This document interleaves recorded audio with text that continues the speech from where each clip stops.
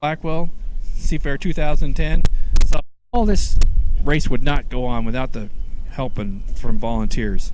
So if you would like to come down to the race, and it's a good way to see it up close, is volunteer. They have security. They've got pit passes. They've got all kinds of things, pit tours, tower setups, scaffolding setups, docks. If you have a boat, they'd like to have you volunteer for that. It's all at seafair.com. Click on volunteer, and it'll take you right to it.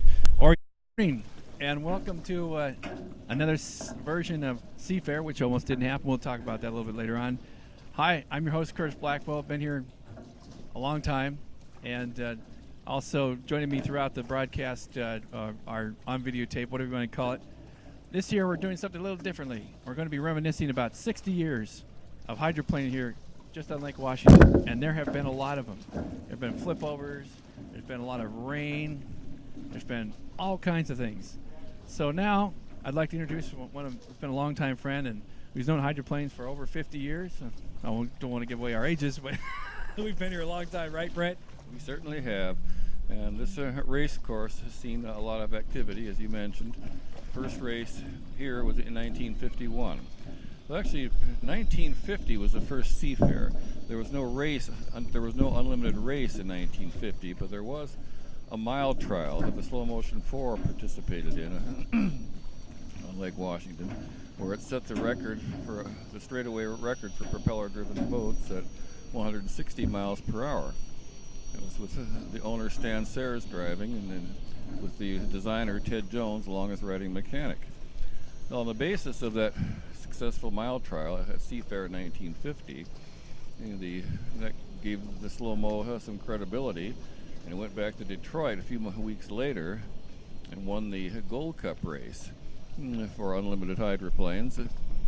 And at that time, the rules were such that the winner of the Gold Cup could decide where he would defend his title. So that paved the way for the first unlimited race here in 1951. It was the Gold Cup race. And then the Sayers team again proved victorious. In fact, the Slow Motion 4 and Slow Motion 5 won 5 consecutive Gold Cups between 1950 and 1954. And that started the tradition we still have to this day. We've had great races, and we've had some bad races. Weather-wise, is usually cooperated with us, because when the races started here in 1951, the question was asked of when is the weather most likely to cooperate, when is it least likely to rain. And late July, early August. And that's why we have always had the race during that time frame. And in the old days, up until 1956, the pit area was up there, the boulevard a ways at the old Mount Baker boathouse, beach house. And that was the pit area. It was a little before my time. It must have been a very congested area for a pit area. That's something I didn't know. Up in Mount Baker, I know that they were up there, but it's the crane is still up there, is it not? Well, the boathouse is still there, and there are a lot of trees there. I've seen pictures of the old Mount Baker pits. It must have been quite a trick to maneuver the boats from their trailers into the water. And but then in 1957, the current pit area was constructed. It was named after Mr. Stanley Sayers, who had owned the slow-mo boats, Stan Sayers Memorial Pits. And that's been the Hydro Central ever since, except for one year in 1974 when the race was conducted up at Sand Point. What a year that was, huh? It was way too rough. And the following year they came back here, and they've been here ever since. And I hope they stay here. It looks that way. I mean, let's talk about the Gold Cup now. Stan Sayers, I've heard a lot of people say, Stan Sayers. Stan Sayers was a regular, ordinary businessman, and he decided to build a hydroplane. What gave him Stan Sayers the idea to bring the hydroplane race here? Did he have a spirit of competition, or were they looking for something? How did they bring the race here?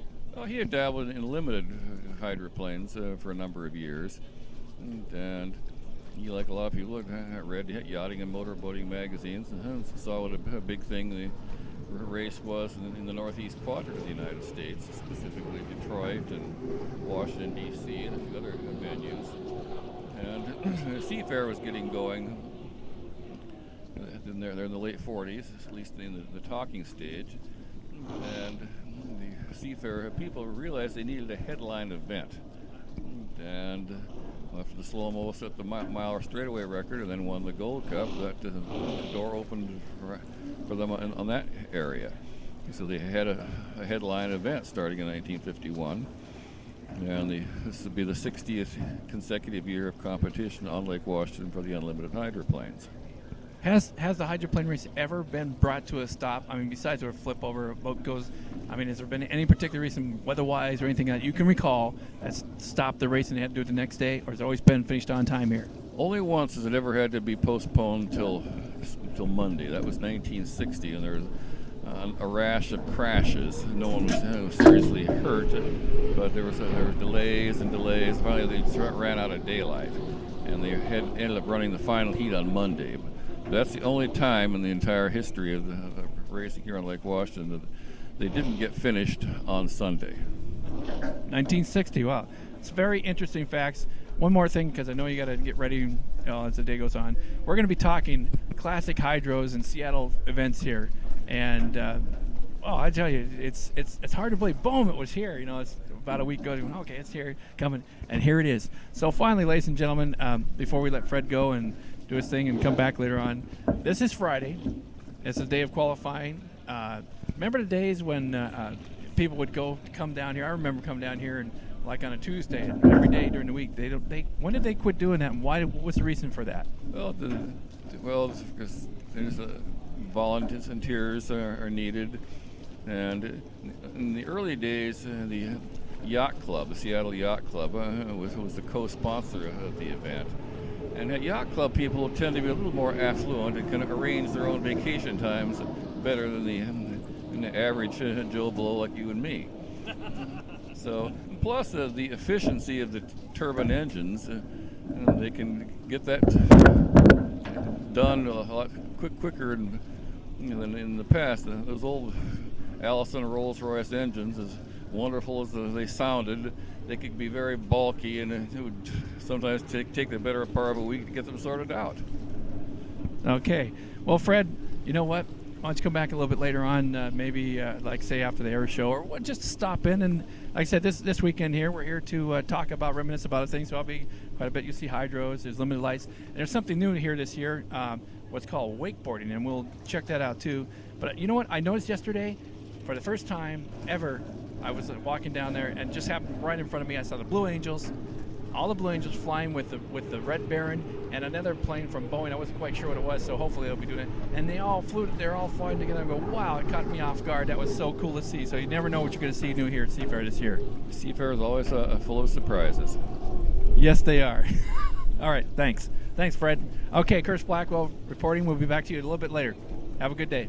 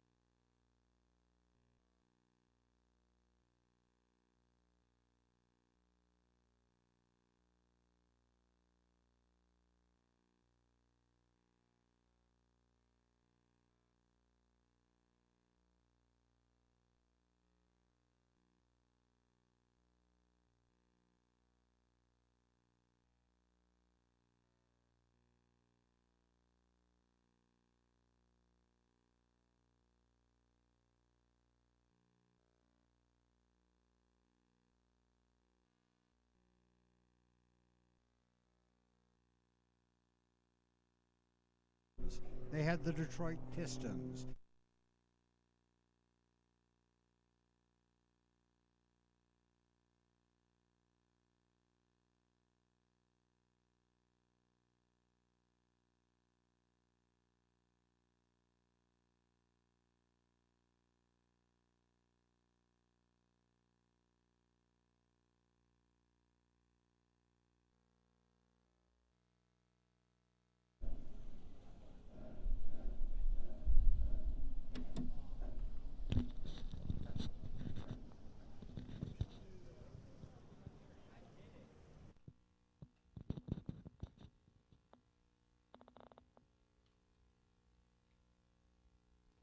And now an interview with Pat O'Day.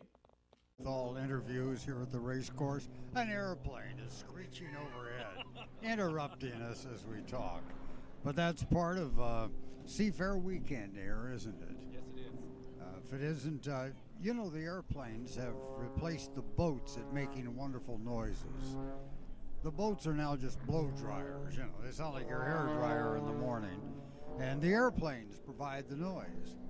Right. They're going to have a race tomorrow, they say, between an airplane and a boat. Did you hear that? As a matter of fact, I was looking at the schedule this morning and just looked at it just not too long ago. I've never heard of that before.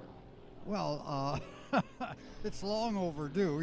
They should have air races right above the hydroplane races, And anyway, how are you? I'm doing good. As a matter of fact, I'm Curtis Blackwell, along with legendary Pat O'Day, who was my mentor, helped me get into radio a long time ago. Pat, welcome to Solve Videos Production. We're down here at the Start Finish Tower down at the lower level. 60 years of hydroplane. Welcome, Pat. Well, thank you. 60 years has been going on. Kind of an interesting thing. Detroit had the Tigers. They had the Detroit Lions. They had the Detroit Pistons. Detroit was Major League. Now, Seattle, we had a minor league baseball team, the Rainiers. The Huskies went to the Rose Bowl about every 100 years. I mean, they didn't even know where Pasadena was anymore. And we had nothing. We were a minor league town. And then Ted Jones built this boat that clearly was 30 miles an hour faster on the water than any boat that had been built before because it employed a three-point design. It rode on the propeller and the two sponsons. And with that boat, he went back to Detroit to enter the boat in the Gold Cup race. Now, when that boat arrived in Detroit, people made fun of it because any self-respecting racing boat was long, with a big V in the hull and so on. Here was this goofy little round piece of plywood that these clowns from Seattle were saying was a fast boat. Well, of course, they won that Gold Cup. They won it. They lapped every boat in the field. And as a result, they brought the Gold Cup to Seattle. Now, we didn't know what a Gold Cup was, but we knew Detroit had it, and it was now ours, and Detroit was a major league city, so we had something major league. And as a result, about 400,000 people came out that first race 60 years ago to see what the hell it was that we'd won. And here we are 60 years later as hydroplanes only make sense. It's a marriage because we love boats in the Northwest. And of course, we're the breeding grounds for the greatest airplanes built in the world. So boats that fly across the water instead of plowing through the water were a natural. That's right. Boeing engineers love participating in hydroplane racing and 60 years ago. There's another element here, and that is that the people that live in the Northwest were pioneers. Either they or their grandparents moved out from the Midwest, came out west because they had courage, they had desire, they had creativity. And it's the children of those people, the creative, courageous, pioneering blood of those people that prevails in the Northwest today. Thus, we're the home of Starbucks, Microsoft, Amazon, Costco, the list goes on and on and on.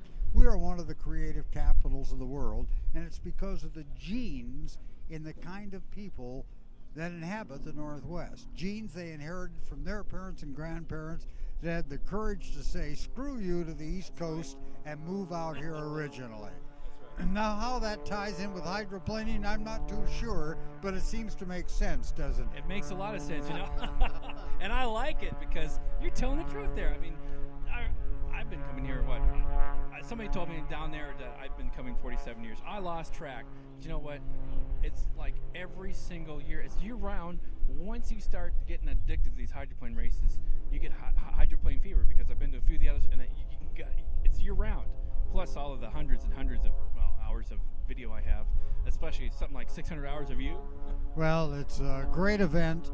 It's a chance for Seattle to embrace its beautiful waters of Lake Washington, to enjoy those brief warm periods that we get each year, and to celebrate water and aerodynamics and airplanes and just the beauty of the Northwest. And again on Sunday, we will just shock the heck out of the sockeye salmon that are swimming under the surface, heading for the Cedar River to have sex and spawn. And they will be swimming, and they'll see these 6 propellers ripping the water, and they'll say, what in the hell is going on up there? But the leader of the pack said, kids, remember, it's Seafair. That's right. And we welcome the sockeye back after their long swim out in the Pacific, and welcome them back to Seafair. So is that the strangest thing you've ever heard in your life?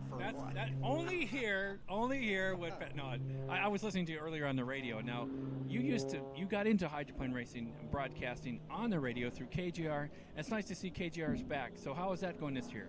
Well, they're going to simulcast our Channel 7 coverage and of the actual race itself, and then they're going to be in the pits and so on. It's great having KJR back again. That started when I was running KJR at the time, and I brought the radio station here to the lake in 1968, and we turned it into a rock festival with Rolls Merlin engines, and played rock and roll music and put the DJs in the corners, and I did the play-by-play, and a great tradition started. And it's just part of the ongoing story of the evolution of Seafair in Seattle. Well, let's talk about this year. The race almost did not happen. What exactly? I mean, without going into specifics, was that due to lack of sponsorship, or what was it that I heard? No, it was because the government took over General Motors, government motors, and they pulled the plug on a contract to sponsor Seafair, the Chevrolet Cup at Seafair. As a matter of fact, the government stiffed Seafair. There was a contract. They were supposed to pay. They didn't. And retirement funds got the money, and who knows where it went. And so Seafair was in trouble, because Seafair had come to rely on Chevrolet for that money, General Motors. So anyway, up stepped Duke Moss Script, and then Albert Lee Appliance. And so Seafair made it through this year, and in the years to come, I think we'll have more reliable sponsorship than the U.S. government and their General Motors. That's right. Even though they may be broke. We won't go into that, will we? Yeah, the problem was not Seafair's fault. The problem was a bureaucracy, and they overcame the problem, and here we are again. Because I don't know about you, but I was getting very worried. So I had the opportunity. Let's change the subject for just a second. Still hydros. Your name was on the Tasting and Racing back in June. Your name was on to ride the Miss Thriftway back then. When I was looking for it, I didn't see what happened. My brother passed away that Monday, and on that Saturday out of Lake Sammamish, I was in Ilwaco for his funeral, and so that's why I wasn't. Okay. I just wanted to find out, because I was hoping I could run into you and capture you, but we're here. I was planning to be there, and I was looking forward to a ride in that Thriftway, and some other year. We'll do it again. I was told if I come up with $5,000, they'll gladly give me a ride. It's a bargain. It really is. Folks, if you get a chance to fly on the Blue Angels or ride in a hydroplane, there's nothing quite like it. Let's see, what else can we cover here? This Seafair itself has been going on for 60 years. How did you? That's right. I already asked you that question. What else? What was the question? I don't know. You asked me a question. Oh, well. We'll turn the table for a chance. What has changed? Yes. It's become a more flamboyant festival with the air shows and everything going on. They worry about hydroplaning. I worry about it too. I think they need to return to the piston engine someday, make it less expensive to run the sport, and get more automotive sponsors in the sport. But it will not die because it's the Grand Championship of boat racing. It's the major leagues of boat racing, and it will always endure in one form or another. And as long as it endures, it will be the feature of the final day of Seafair in Seattle. Was that the question you were gonna That's ask the me? question I was Oh, going to good. ask you. There's the answer. Thanks, JP. Thank you. Nice being with you again. It's a pleasure being with you. And if you have some time Sunday morning, come on down, say hi again, and talk about Seafair. Pat, it's been, as always, it's been a pleasure having you here today. And you've been doing this, what, for 50 years? 44. 44. 44. I think it's 44.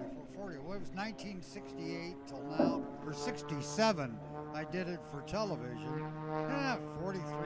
Who's counting? Who's counting? It's just fun each and every year to be able to do this and get down here and have a great opportunity. And thanks again, Pat, and we look forward to seeing you on Sunday. Thank you. Thank you. Thanks, Pat, and have a great Seafair. All right. He's coming right down versus it. Watch this. Here he comes. There's a hydroplane slowing down. Well, hydroplane versus it. This is a first here at Seafair, celebrating 60 years of hydroplane on the shores of Lake Washington. I should say the majestic shores of Lake Washington. Boy, oh boy, is that so cool. Here comes down the airplane. We're on the hydroplane. Hydroplane's going full bore now. Here it comes. Check it out. Here he comes around there. Hydroplane versus an airplane. Whoa, he's closing in. There we go. Watch this. Check it out, ladies and gentlemen. This is a first on Lake Washington. Here he is. Looks like the hydroplane hit the buoy. He's got to do an extra lap. Whoa! Yeah, look at that. Not bad, huh? There we are. All right. Looks like it's a tie, but I got to go with the airplane. We'll see more of this tomorrow and on Sunday. Wow, isn't that spectacular? He goes around again. Wow. Airplane versus a hydroplane. I got to go with the hydroplane. Now he's going up. There he goes. He's going to take a shortcut. There we are. Hydroplane's still going around. Up he goes. Yeah, the pilot's probably thinking, let's do a few stunts. Like I said, you're seeing for the very first time here on shores of Lake Washington, Seattle, Washington, Stan Sayers Pitts, hydroplane lake race course, a hydroplane versus an airplane. Yeah, coming around the north turn. Can you imagine that? 5 airplanes and 5 hydroplanes racing simultaneously, one-on-one. That would be so cool to see. Again, you're seeing it first right here. There it is. Hydroplane versus the airplane. Looks like the hydroplane's gaining the lead. There it is. The airplane's coming up. Oh, coming so close. Oh, so close, ladies and gentlemen. Oh, look at that. Gaining on a little bit. Oh, there goes the airplane. There goes the airplane. Oh, and it is the airplane. Oh, nice try. I think I'll do it one more time. See, the airplane has a little bit of advantage because he should do some shortcuts, but not bad for the very first time. An airplane versus a hydroplane. There we go. He's doing a few aerobatic things coming down now. Hydroplane's slowed down. He's doing about 60 miles an hour. All right, one more time around. Notice the beautiful green and red boat. That's really nice. Now the airplane's lining up. The hydro's going about 60 miles an hour, just long enough to not make any wake. And he's turning around. And there's the airplane. The airplane's resuming stunts. So the hydroplane's coming back. Looks like he's going to come in now. No? Yep, he's coming around one more time. Let's stay with the hydroplane. Check it out, ladies and gentlemen. Hydroplane's coming in this way, right towards us.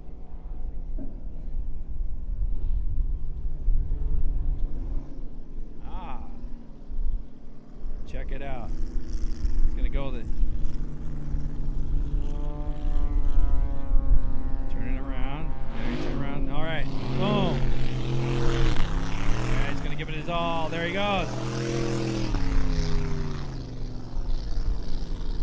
was it.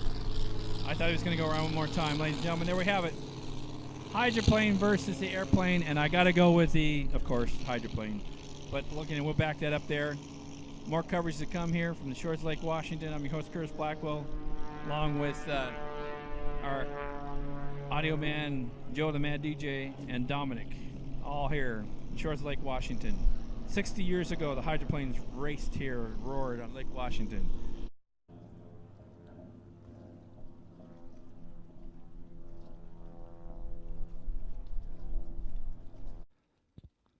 Thanks for watching Hydro's Behind the Scenes 2011. Copyright Saw Video Productions 2011, 2020. All rights reserved. I want to give a special thanks. That picture you're looking at right now is one of our camera people over the years who's helped us out, Terry Osborne. Thank you, Terry Osborne. And of course, the other guy, Curtis Blackwell. Thanks for watching.